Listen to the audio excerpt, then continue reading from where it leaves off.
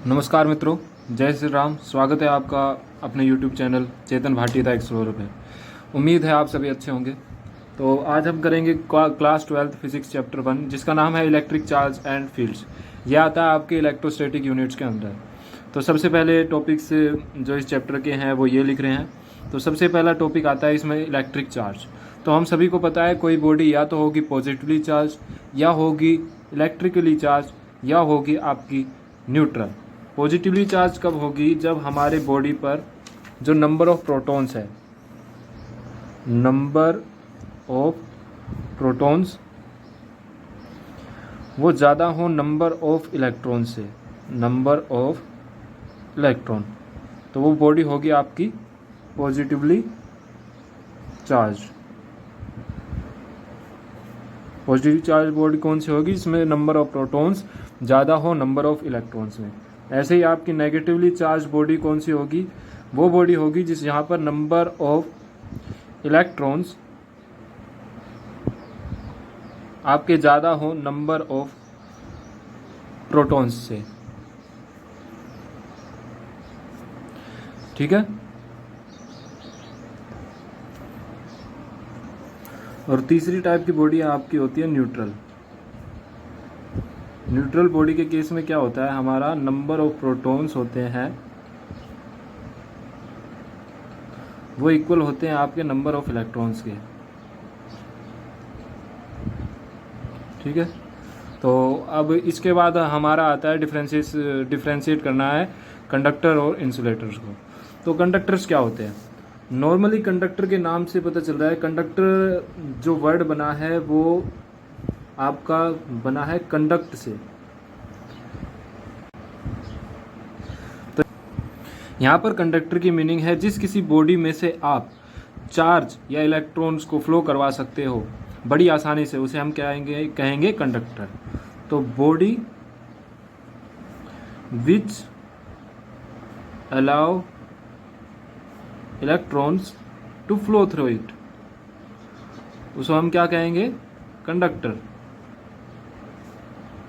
Okay. इसके बाद आती है हमारी इंसुलेटर। तो इंसुलेटर इसका उल्टा हो जाएगा, जस्ट अपोजिट। तो इंसुलेटर्स क्या होते हैं?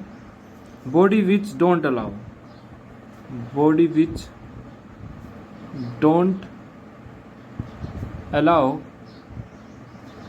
Electron to flow through it.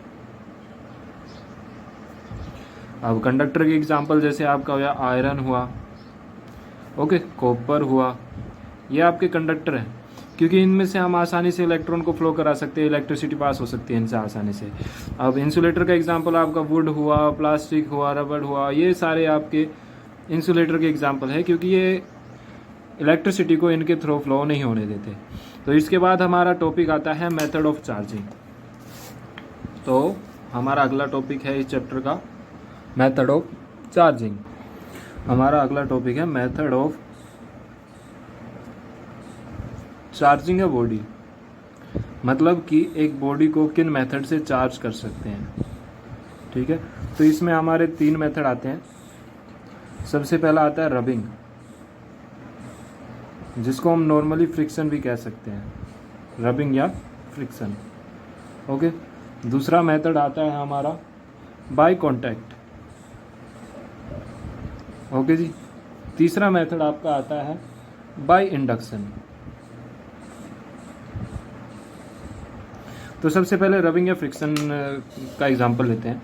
जैसे आपने नोटिस किया होगा कि जब हम किसी सिल्क के कपड़े को अपने फ्रिक्शन उसमें पैदा करते हैं या उसको रब करते हैं, उसके बाद वो कुछ चीज़ों को अट्रैक्ट कर देता है। दूसरा एग्जांपल ये है जैसे कि अगर हम आपको कंघी या कॉम्ब को लें, उससे को सिर से रगड़ें, तो हम क्या करते हैं? उसको एक फ्रिक्शन प्रदान करते हैं। तो उसके बाद अगर हम उसको कागज़ के छोटे छोटे टुकड़ों के पास ले जाते हैं तो वो उनको अट्रैक्ट कर लेती है। ये किस कारण होता है? क्योंकि जो चार्ज है वो चार्ज हो जाती है, बॉडी जो कंघी है हमारी वो चार्ज हो जाती है, या जो वो सिल्क का कपड़ा है वो हमारा चार्ज हो जाता है। ठीक है। तो इसमें क्या होता है कि जो बॉडी चार्ज होती है वो होती है अपोजिट चार्ज से।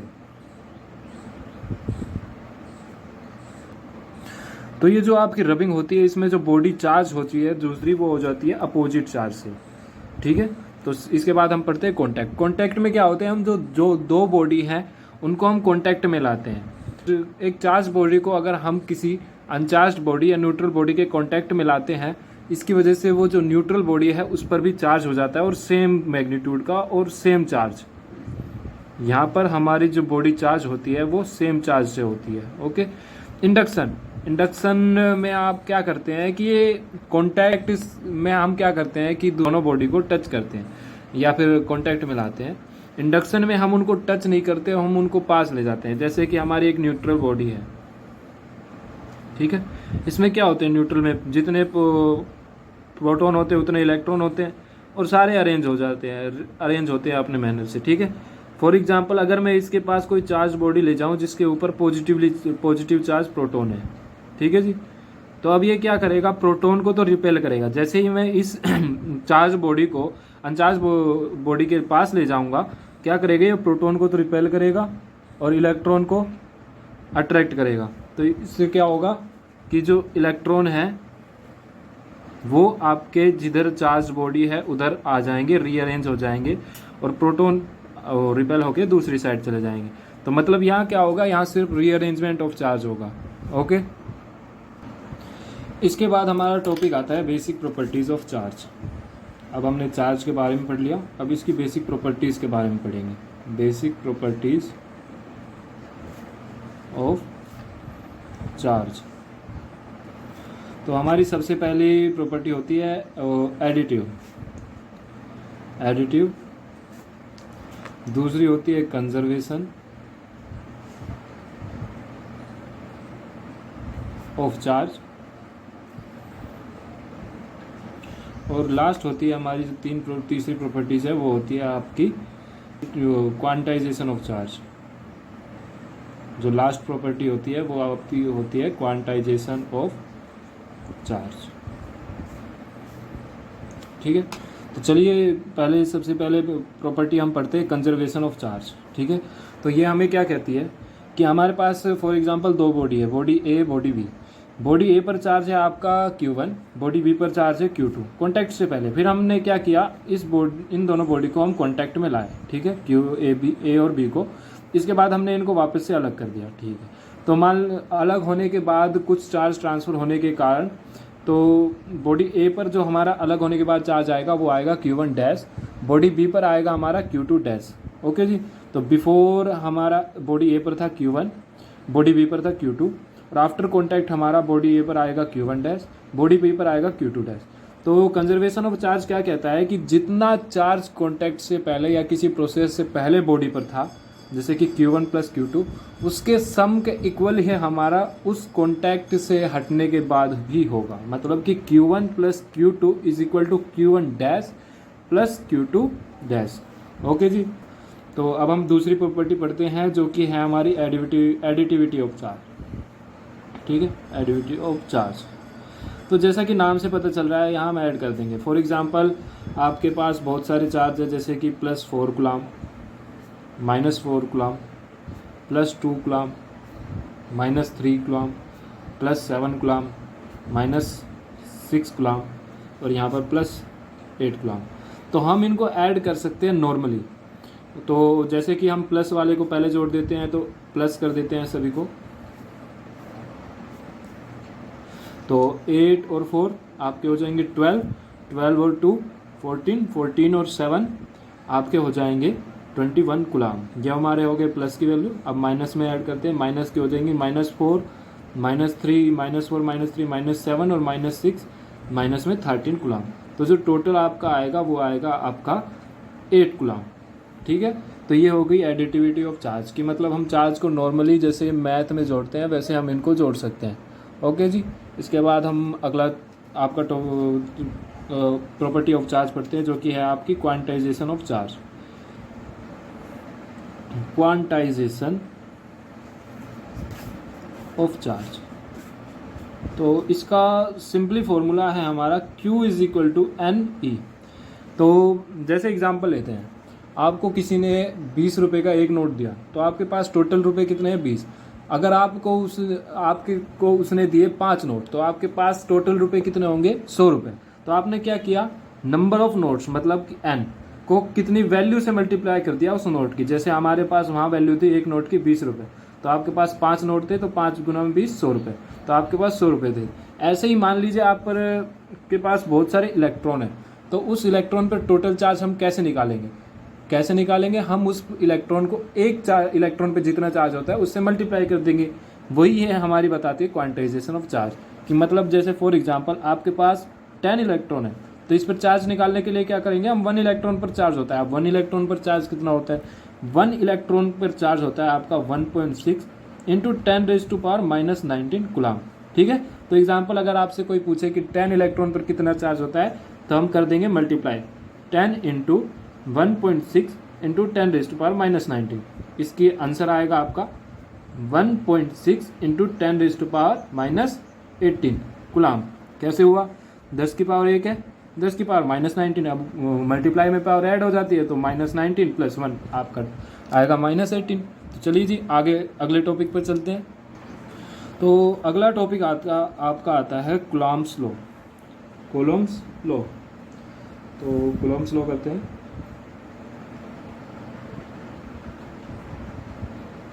Coulomb's law of electrostatic force.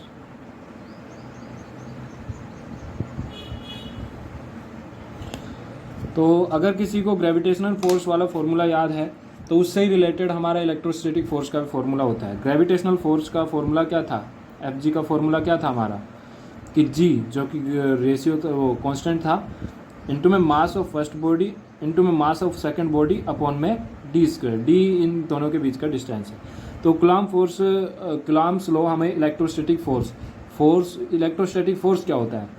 अब जो प्रोटोन है या जिन बॉडी पर सेम चार्ज है वो एक दूसरे को क्या करती है, रिपेल करती है। अगर डिफरेंट चार्ज है तो वे क्या करेंगे, एक दूसरे को अट्रैक्ट करेंगे। तो कितने मैग्नीट्यूड उनके जो बीच में फोर्स लग रहा है अट्रैक्शन का या रिपल्सन का, उस के मैग्नीट्यूड को हमारा कौन बताता है, कूलम्ब्स लॉ। और वो हमें इलेक्ट्रोस्टैटिक फोर्स का फॉर्मूला बताता है। ठीक है, तो कूलम्ब्स लॉ क्या कहता है कि जो हमारा फोर्स होता है इलेक्ट्रोस्टैटिक फोर्स, वो आपके डिस्टेंस के इन्वर्सली प्रोपोर्शनल होता है। तो वो आपके इन्वर्सली प्रोपोर्शनल होता है डिस्टेंस के स्क्वायर के, तो 1/r²। For example 2 charge body है, ठीक है, दिख रहा है आपको, 2 चार्ज बॉडी है, इन दोनों के डिस्टेंस बीच में डिस्टेंस है r, इस पर चार्ज है q1, इस पर चार्ज है q2। तो कूलम्ब्स लॉ क्या कहता है कि जो इनके बीच में फोर्स लग रहा होगा वो इनके बीच के डिस्टेंस के इन्वर्सली स्क्वायर के इन्वर्सली प्रोपोर्शनल होगा, तथा इनके जो मैग्नीट्यूड है चार्ज के उनके मल्टीप्लिकेशन के इक्वल होगा। मतलब F is directly proportional to Q1 Q2। तो अब इसको हम जब करेंगे तो क्या आ जाएगा, F is directly proportional to Q1 Q2 upon में r²। अब प्रोपोर्शनलिटी के साइन को हटाने के लिए हम शुरुआत से कोई कांस्टेंट लगाते आए हैं, तो यहाँ पर भी कांस्टेंट लगेगा और वो लगेगा F is equal to K। ठीक है, डाइलेक्ट्रिक कांस्टेंट भी जिसे कहते हैं K Q1 Q2 अपॉन में r²। ओके जी, तो यहाँ पर हमारे K की वैल्यू होती है 9 × 10⁻⁹ और 9 × 10⁻⁹ coulomb -2 newton metre square. Okay, ये हमारी आपकी MKS में वैल्यू होती है। अगर CGS में K की वैल्यू पूछे तो CGS में K की वैल्यू होती है आपकी 1। CGS मतलब सेंटीग्राम सेंटीमीटर ग्राम सेकंड, और MKS मतलब आपका होता है मीटर किलोग्राम सेकंड। ओके जी, तो K की एक और वैल्यू होती है, K इज इक्वल टू होता है 1/4πε0। तो कहीं आप बुक में देखोगे तो फोर्स का फॉर्मूला ये भी लिख रहा होगा। तो देखिए कहीं आपके बुक में फोर्स का फॉर्मूला ये भी लिख रहा होगा कि F is equal to 1/4πε0 Q1 Q2 upon में r²। तो वो नॉर्मली आपकी K की वैल्यू होती है। अब यहाँ पर ε0 है आपकी परमिटिविटी ऑफ फ्री स्पेस। तो चलिए इसके बारे में करते हैं। हमने क्या पढ़ा, फोर्स का फॉर्मूला होता है 1/4πε0 Q1 Q2 अपॉन में r²। तो यहाँ पर जो ε0 है वो है हमारी permittivity of free space, permittivity of free space. Okay, और इसकी वैल्यू होती है आपकी 8.85 × 10⁻⁻12 coulomb square newton inverse metre -2 (-2). ये आपकी ε0 की वैल्यू है। तो एप्सिलॉन नॉट से रिलेटेड एक फॉर्मूला भी है कि अगर हमको रिलेटिव परमिटिविटी निकालनी हो, ठीक है, रिलेटिव परमिटिविटी यानी ER, वो आपकी होती है एप्सिलॉन नॉट मीडियम अपॉन में परमिटिविटी ऑफ फ्री स्पेस, ठीक है। ये एक बहुत इंपॉर्टेंट क्वेश्चन है जो जिससे रिलेटेड बहुत सारे क्वेश्चन भी मिलेंगे आपको। तो यहाँ पर अगर हमें किसी मीडियम की परमिटिविटी पूछी हो तो हम यहाँ से निकाल सकते हैं कि परमिटिविटी ऑफ मीडियम क्या हो जाएगी, epsilon R into epsilon not. अगर आपको अब फोर्स किसी मीडियम में पूछे, ये तो एयर के लिए तो ये फॉर्मूला है, वैक्यूम के लिए ये फॉर्मूला है, पर अगर वैक्यूम की जगह कोई और मीडियम हो तो वहाँ पर फोर्स का फॉर्मूला बन जाएगा 1/4 पाई। अब वहाँ पर मीडियम है तो मीडियम एप्सिलॉन नॉट मीडियम लगेगा, तो एप्सिलॉन नॉट मीडियम की वैल्यू है आपकी एप्सिलॉन R इंटू में एप्सिलॉन नॉट इंटू में Q1 Q2 अपॉन R²। इसके बाद हम एक और वीडियो बनाएंगे जिसमें आपके सारे न्यूमेरिकल्स, हर एक टॉपिक से 5 न्यूमेरिकल्स करेंगे हम, जिससे कि हमारा जो बेस है वो बिल्कुल अच्छा हो जाएगा, बिल्कुल अच्छे से समझ में आ जाएगा और बाद में हमारी प्रॉब्लम भी हम आसानी से सोल्व कर पाएँ, ठीक है जी। इसके बाद हम अगला टॉपिक करते हैं। अगला टॉपिक आपका है force between multiple charge. Force between multiple charge, ठीक है। तो हमने यहाँ पर कूलॉम फोर्स में दो चार्ज के बीच में हमने फोर्स का फॉर्मूला पढ़ा। अगर उसी की जगह हमारे बहुत सारे सिस्टम ऑफ चार्ज हो, जैसे यहाँ पर हो Q1, ठीक है, Q2, Q3, Q4, Q5, ठीक है, ऐसे बहुत सारे मल्टीपल चार्ज हो, तो टोटल हम फोर्स कैसे निकालेंगे। तो Q1 की वजह से यहाँ पर लगेगा F फोर्स, ठीक है जी, जो कि होगा, तो Q2 की वजह से यहाँ पर फोर्स लगेगा F/1 ड्यू टू 2, इसको हम रिप्रेजेंट करेंगे F सबस्क्रिप्ट में 1 2। ऐसे ही आपका चार्ज 3 की वजह से इस पे लगेगा F13, 5 की वजह से लगेगा F15 और 4 की वजह से लगेगा F14। तो जैसे हमें नेट फोर्स निकालना हो तो वो हो जाएगा हमारा F12 plus F1 on due to 3 plus F force on charge 1 due to 4 plus force on charge 1 due to 5, ठीक है। तो इसको जैसे इसका फॉर्मूला हो जाएगा आपका F12 का हो जाएगा, F12 हमारा क्या होगा, K डाइलेक्ट्रिक कांस्टेंट इंटू में Q1 Q2 अपॉन में रेडियस या डिस्टेंस का स्क्वायर, सॉरी रेडियस नहीं, डिस्टेंस का स्क्वायर। डिस्टेंस क्या होगा यहाँ 1 और 2 के बीच में, तो इसको हम रिप्रेजेंट करेंगे R12 का स्क्वायर। ऐसे ही F13 क्या हो जाएगा आपका, K Q1 Q2 sorry Q3, क्योंकि यहाँ पर हमारा चार्ज कौन है, Q1 और Q3 के बीच में फोर्स है, और यहाँ पर आपका डिस्टेंस हो जाएगा R13 का स्क्वायर। और F4 आपका क्या हो जाएगा, F force on 1 due to 4 आ जाएगा आपका K Q1 Q4 अपॉन में R14 का स्क्वायर, ओके। और F5 आपका क्या आ जाएगा, K Q1 Q5 अपॉन में R15 का स्क्वायर, ठीक है जी। तो अब इन सबको ऐड करेंगे तो हम सबसे पहले क्या करते हैं, K कॉमन ले लेते हैं, ठीक है, पहले लिख देते हैं इनको। F नेट क्या हो जाएगा हमारा, K Q1 Q2 अपॉन में R12 का स्क्वायर, ठीक है, प्लस K Q1 Q3, ये फोर्स ऑन 1 ड्यू टू 3 है, अपॉन में R13 का स्क्वायर। ऐसे ही आपका हो जाएगा K Q1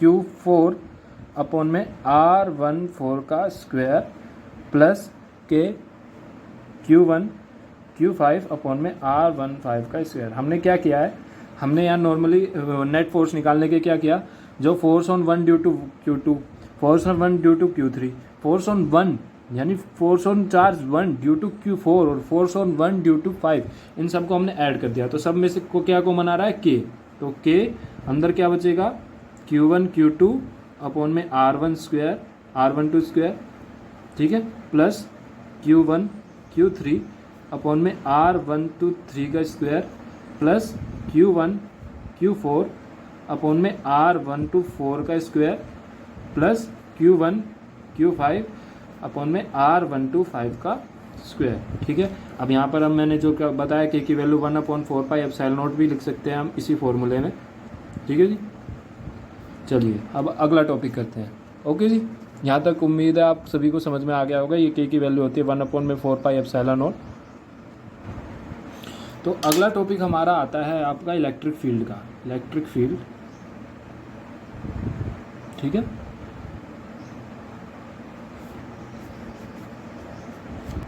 तो इलेक्ट्रिक फील्ड क्या होता है, हमें पता है कि एक जो चार्ज है वो दूसरे चार्ज पर आपका फोर्स लगा सकता है, या तो वो उसे अट्रैक्ट करेगा, अगर वो डिफरेंट मैग्नीट्यूड के हैं, मतलब एक माइनस का एक पॉजिटिव का, तो वे एक दूसरे को अट्रैक्ट करेंगे। और अगर वो सेम मैग्नीट्यूड के हैं, मतलब सेम मैग्नीट्यूड या सेम वैल्यू या सेम चार्ज, तो वो एक दूसरे को रिपेल करेंगे, ठीक है। तो इलेक्ट्रिक फील्ड क्या होगा कि area in which a charge attract, ठीक है, या रिपेल और रिपेल अनोदर चार्ज, मतलब कि वो एरिया जहाँ तक कि एक चार्ज दूसरे चार्ज को अट्रैक्ट या आपका रिपेल कर सके, ठीक है, अनोदर चार्ज। इलेक्ट्रिक फील्ड का दूसरा डेफिनेशन भी है, वो क्या है, इलेक्ट्रिक फील्ड का दूसरा डेफिनेशन है force exerted per unit charge, per unit charge. Okay, तो डेफिनेशन में ही फॉर्मूला मिल जाता है हमें।